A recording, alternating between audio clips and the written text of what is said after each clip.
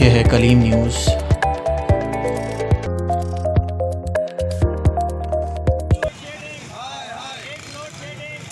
سکھر سے نمائندہ کلیم ضیاء الرحمان کی رپورٹ۔ سکھر گیس کی لوڈ شیڈنگ و پریشر میں کمی، سول سوسائٹی اور شہریوں کا چولہے اٹھا کر احتجاج، نعرے بازی۔ سکھر میں بلا جواز سوئی گیس کی لوڈ شیڈنگ کا سلسلہ بند کیا جائے، مظاہرین کا مطالبہ۔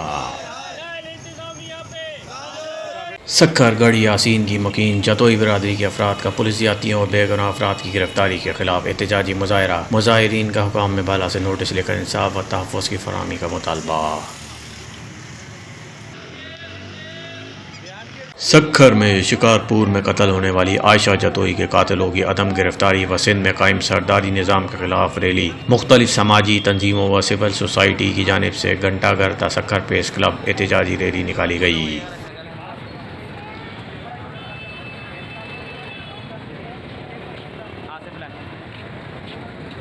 مرکزی جمعیت اہل حدیث پاکستان کے ناظم سیاسی امور کاشف نواز کی جامع مسجد اہل حدیث مارچ بازار سکھر میں پریس کانفرنس۔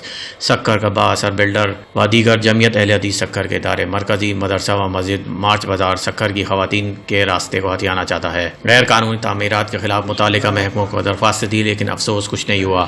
بلڈر شکایات پر مسجد انتظامیہ اور منتظمین کو ہراساں کر رہا ہے، انتظامیہ سے نوٹس لینے کا مطالبہ۔ دنیا میں سب سے مقدس جگہ جو ہے